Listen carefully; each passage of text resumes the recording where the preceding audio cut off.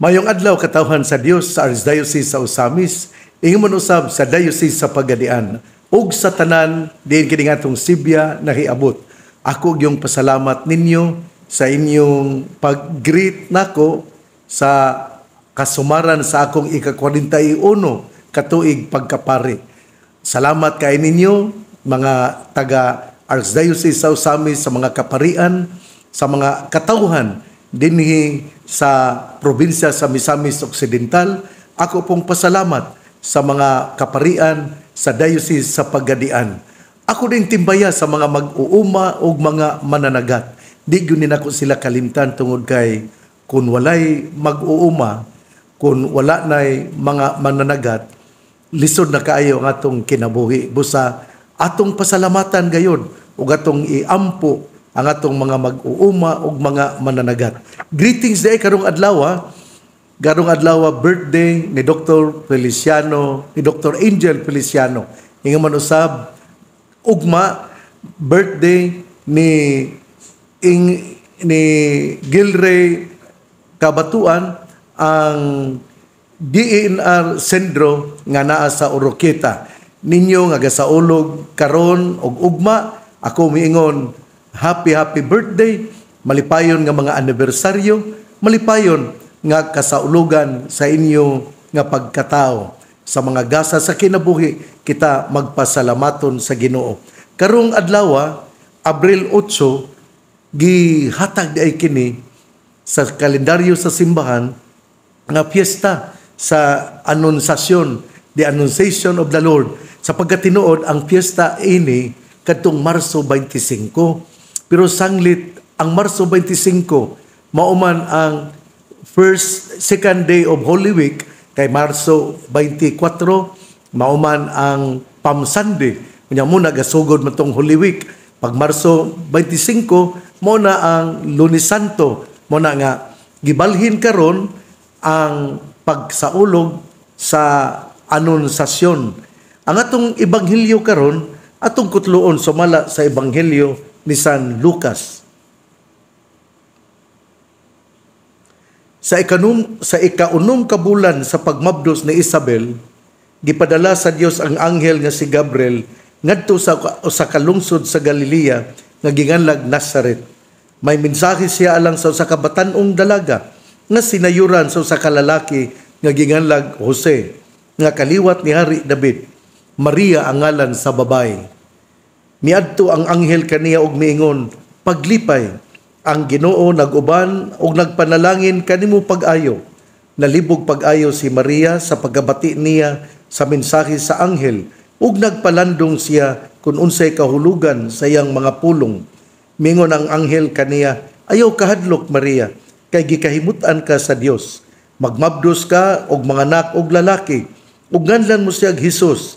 Mahimo siyang inila og tawgon siya nga anak sa Dios nga labing halangdon. Ang Ginoong Dios magahimo kaniyang hari sama sa iyang katigulangan nga si David, ug mahimo siyang hari sa mga kaliwat ni Jacob hangtod sa kahangturan, ug dili gayud matapos ang iyang gingharian. Si Maria mingon sa anghel, ulay ako, unsaon man pagkahimo niini. Ang anghel mitubag, mukunsad kanimong Espiritu Santo ug magpabilin ang gahom sa Dios diha kanimo. Tungod niini ang balaan nga bata tawgon nga anak sa Dios. Hinumdumi ang imong paryente nga si Isabel, giingon nga dili na siya mo anak. Apan karon ika-unom na kabulan ang iyang pagsabak, bisag tigulang na siya kaayo, kay walay dili mahimo sa Dios. Mingon si Maria, sulugoon ako sa Ginoo, mahitabo unta kanako ang imong gisulti, ug mibiya ang anghel kaniya. Ebanghelyo sa atong Ginoo, daygon ikaw o Kristo. Mga igsuon, pagkaanindot sa itong Ebanghelyo karon, o ato yung hinumduman nga karon mao ang piyesta sa Anunsasyon, ang pagpahibalo nga si Maria magmabdos sa atong Ginoo. Pero unsa man gyud ni ang maong kasaulugan atong pamalandungan ang kinaiya ni Maria, ni Mama Mary, sa diha nga mipakita kaniya ang anghel tingalit kining naglibog siya pero wala siya magduha-duha nga ang anghel nagmatinud-anon sa iyang gisulti. Nindot kayo na, no? Kay sa diha nga ang anghel miingon, ang imo biyang igagaw nga si Isabel, ikaunom na kabulan nga siya nagmabdos, bisan pa kung siya tigulang na kaayo, kay walay imposible nga mahimo sa Ginoo. Ug diha si Maria murag nasinati na gyud niya, naklaro na gyud niya nga kadto ang mao ang pulong sa Ginoo ug kadto mao ang kabubuton sa Ginoo. Busa mingon siya, matuman sulugoon ako sa Ginoo, mahitabo unta kanako ang imong gisulti. Dini gapakita si Maria sa iyang pagka mapaubsanon. Kada bitong dili bitaw siya kuti-kutihan, iya lang dayon nga gidawat ang pagsulti sa anghel. Tingali ang uban makaingon tingali nga ay pagkadali ra po mailad ni Maria. Pero si Maria gud usaman ka inosente nga tawo, o kining inosente nga tawo mudawat man gyud ni sa mga pulong nga atong isulti. Tingali dili tingali sakto ang imong gisulti, pero mubalik ra na nimo kay ikaw nagbinuang man sa tawo nga limpyo og konsensya. Muna nga dili gyud nato binuangan ang inosente nga tawo. Balik ta ni Maria. Si Maria midawat dayon sa sulti sa anghel o siya miingon, matuman sulugoan ako sa Ginoo, mahitabo unta kanako ang imong gisulti. Ani gyud nato pamalandungan ba ang yes ni Mama Mary nga si Mama Mary mi sugot og midawat nga siya magmabdos. Atong hinumduman ha nga wala biya makasal pa si Maria, unya nagmabdos siya. Kung mahibaw-an kadto sa mga Hudiyo na siya nagmabdos, unya wala pa miangkon kaniya nga usa ka lalaki, batuon man sila kay mao man na ang silot nga gilatid sa balaod ni Moises nga ang babae nga magmabdos nga walay bana kinahanglan batuon, kinahanglan patyon pinagi sa pagbuno o bato. Matay, no? Kanang kuyaw yung kaayo ang kasuguan sa balaod ni Moises, kay kun ang usa ka babae magmabdos, unya walay ni angkon kaniyang mamahimo siyang iyang asawa, batuon man kini. Pero si Maria wa siya mahadlok tungod kay nganuman puno man siya sa pagtuo. Unya tungod kay puno siya sa pagtuo, gidawat niya ang pulong sa anghel. Kung kita di ay no, kung naa di tay puno sa pagtuo, dili gyud ta mahadlok. Kung dunay gyud tay pagtuo, kita di ay malig-on gyud ta sa ato nga kinabuhi. Ikaw nga namati nako karon, lig-on ba ang imong pagtuo sa atong Ginoo? Nagduha-duha ka ba? Kay kung nagduha ka, may sama kita sa apostol Tomas nga kagahapon atong nahibaw-an ang ebanghelyo nga siya gaduha-duha. Maayo na lang kay ang mga apostoles misuporta ug miadto kaniya aron siya hatagan og kalinaw nga ang Ginoo nabanhaw gayon. Dili gyud ta magduha-duha kung kita ana ay pagtuo. Kung puno kitag pagtuo, lig-unon kita sa Ginoo. Kung puno kita sa pagtuo, giyahan kita unsay atong buhaton. Ug mao kini ang nahitabo ni Maria, because she was open to the will of God. That's why she was given the great responsibility to become the mother of God. Kini bitawng pagtuo nga atong mapuy-an, maghatag magyud nato og kalipay sa kinabuhi. Ug dili lang kalipay alang kanato, kalipay usab alang sa mga katawhan. Mao bitaw nga kanang sa diha nga gidawat ni Mama Mary ang pulong sa anghel, tungod kay duna siya pagtuo, nalipay kita nga katawhan tungod kay pinaagi sa kamatayon ni Hesus didto sa krus, kita nahatagan og kaluwasan. Nindot yun kaayo ni ang pagtuo ni Mama Mary. Ang pagtuo ni Mama Mary gahatag kanato og kaluwasan. Importante gyud kaayo nga kita magbaton og pagtuo kay gumika ni ana kita lig-unon diha sa atong kinabuhi. Mori kita sa sulti atong basahon usab ang gisulti sa the word, in other words, kining Bible diary, ningon siya, today's gospel reminds us that God's plan for the salvation of the human race is His own initiative. Ang Ginoo gyud ay no, ang Ginoo gyud ay maoy nagplano unsaon kita nga maluwas. Nahulog kita pinagi sa tungunang mga ginikanan sa sala nga panulundon, buot yun ang Ginoo di man malipay nga kita mamatay, kundili ang Ginoo malipay kung kita mahatagan og kaluwasan. Sa to pa di ay ang kaluwasan nga gihatag sa Ginoo sa katawhan gikan gayud sa Ginoo, dili kini gikan sa tao. He sent His Son into the world at a precise time and a precise place. He prepared Mary beforehand with everything she needed to fulfill her mission as mother of the Redeemer, a mission that she accepted in freedom and in faith. Sa to pa di ay, pagsulti sa anghel yun, gidawat yun nga puno sa kagawasan ug puno sa pagtuo. Importante man yun ni ba nga, kanabitang dili ta mapugos kung kita mo himo sa ato nga mga responsibilidad. O kung kita mudawat nga puno sa kagawasan sa kabubuton sa Ginoo, kita panalanginan. O dili lang ikaw ang panalanginan, kundi ang katawhan, ang imong mga silingan, ang imong pamilya. Kining si Father Felix Tigoy, magsaulog sa iyang ika-40 katuig sa pagkapari. Pari siya sa Diocese sa Pagadian. Ang iyang pagdawat sa ordinasyon nga puno sa kagawasan ug pagtuo, nahimo nga panalangin, dili lang siyang kaugalingon, kundi alang usab sa katawhan. Mao na nga maglipay gyud ta nga adunay tao nga midawat sa kabubuton sa Dios, kay tungod niini ang iya nga pagdawat nga puno sa kagawasan ug puno sa pagtuo, maghatag usab kanatong kalipay kay kita makaambit man sa iya nga kalipay. Inaot nga ato kining mapamalandungan ang yes ni Mama Mary sa diha nga ang anghel mipakita kaniya.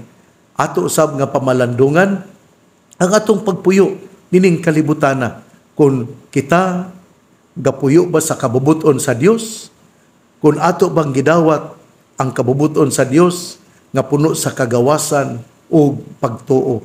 Importante man gyud kaayo na sa atong kinabuhi nga dunay kagawasan sa pagdawat o pagtuo nga unsay atong nadawat kini kabubuton sa atong manunubos. Igsuon, ang mayong balita nga maong pulong ni Hesus, ang ayang pamation, pamalandungan, ug paningkamutan nga mapuy-an.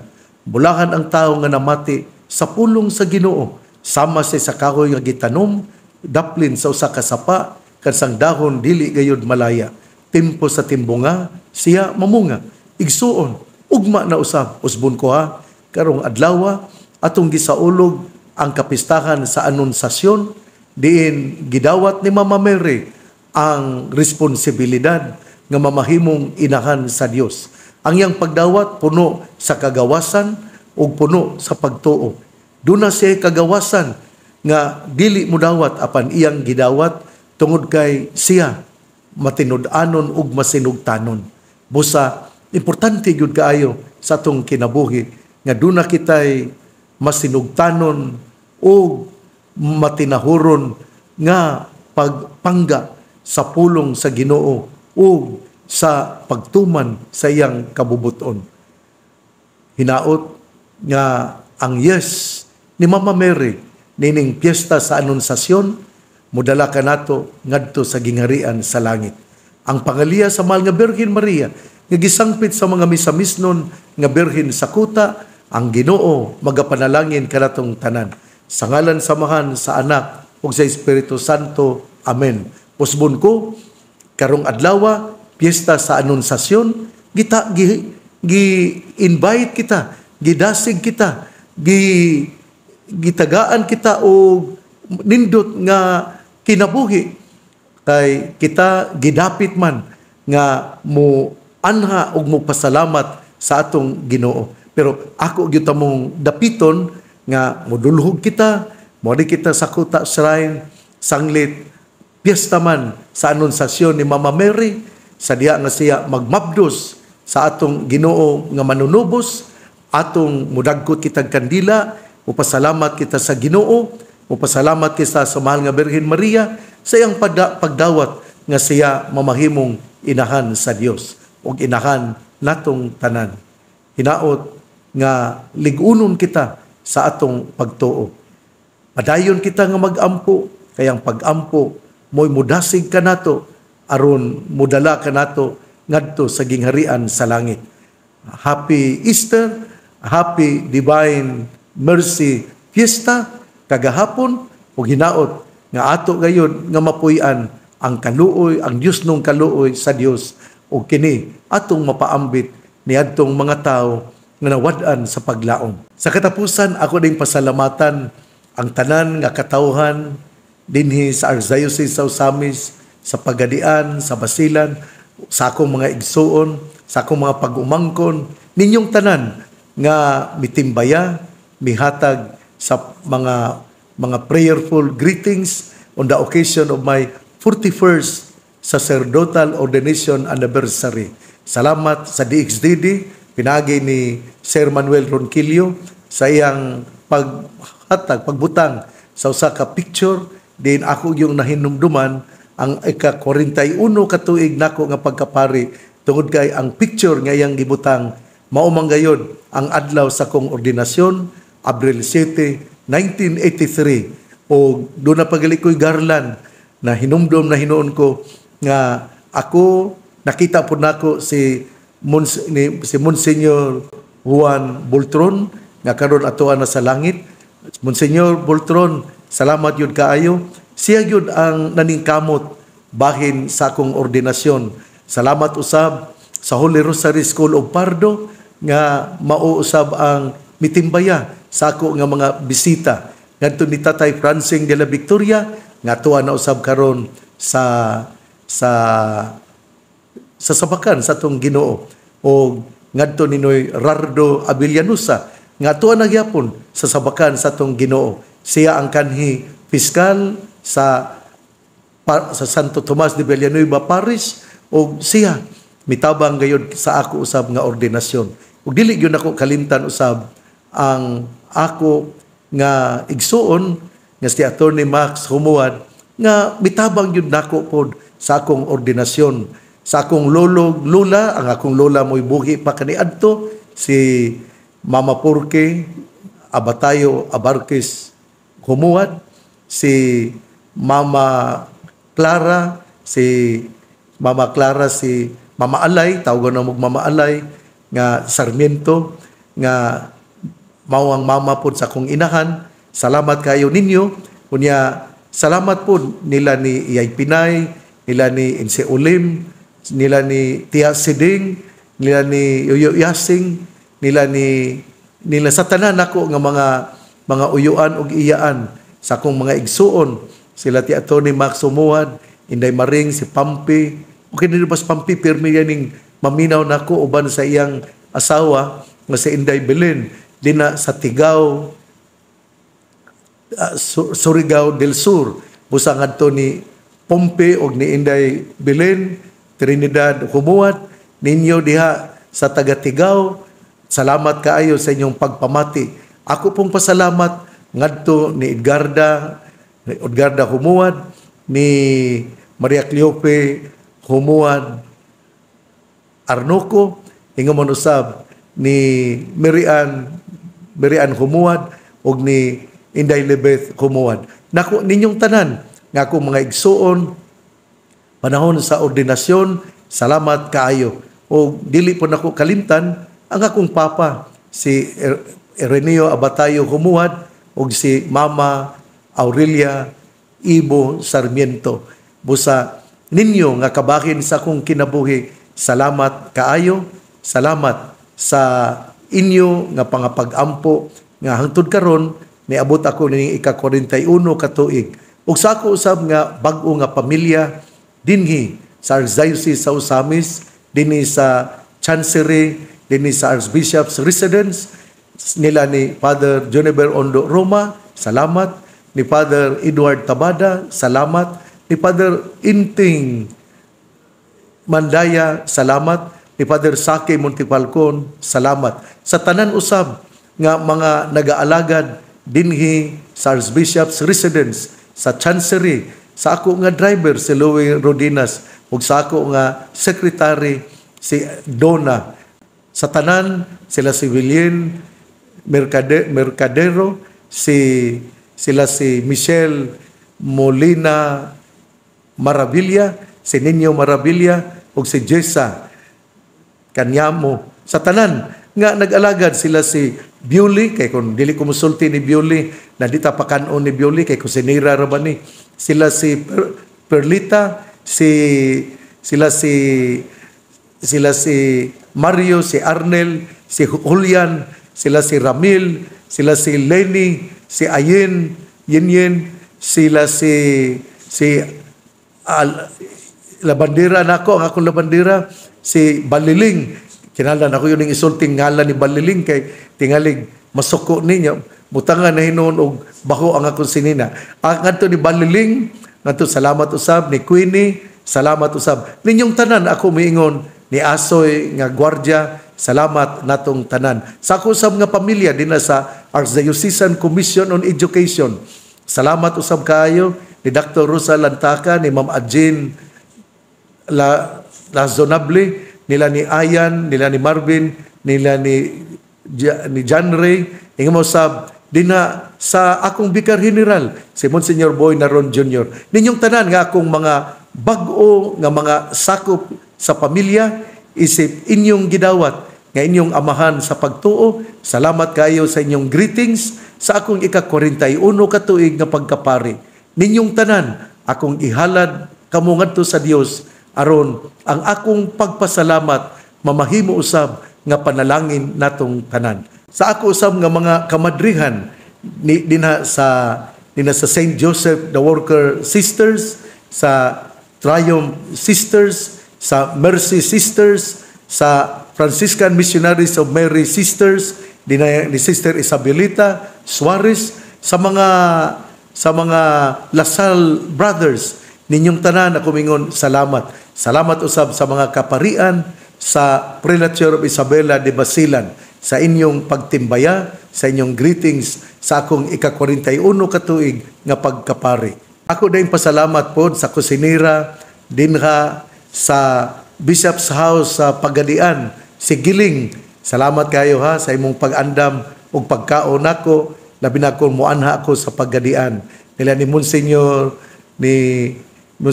Belistar Idyang, nila ni Ray, ni Michael Cabillon, ni Father Michael Cabillon, ni Father Gilbert Ingoni. O ingon man usab ni Sister CJ dina sa Bishop's House sa Pagadian, nga usa ka St. Paul of Chartres sister. Busa ninyong tanan ako mingon salamat sa inyong pagdawat kanako isip inyong arsobispo obispo sa Osamis o dinha sa Pagadian. Tungod kay ako nagapasalamat man sa mga tao nga adunay tipik sa akong pagkapari, ako usab nga pasalamatan ang instrumento sa Dios nga maoy mihatag kanako sa poder sa pagkapari, nga mi-ordain nako pagkapari si Bishop Jose Maria Querejeta CMF, usa ka Clarisian Bishop nga gikan sa Basilan, Prelatura sa Basilan. Busa ngadto ni Bishop Jose Maria Querejeta nga mitaliwan na ngadtong 1997 sa September 27, kanimo Bishop Jose Maria Querejeta CMF, Salamat kaayo sa imong pag-ordain kanako isip pari sa Romano Katoliko nga simbahan. Salamat, Bishop Jose Maria Querejeta, CMF. God bless. Mabuhay tayong lahat. Mag-inampuay kita kay ang pag-ampo mo'y mudala ka nato ngadto sa tiilan sa Ginoo.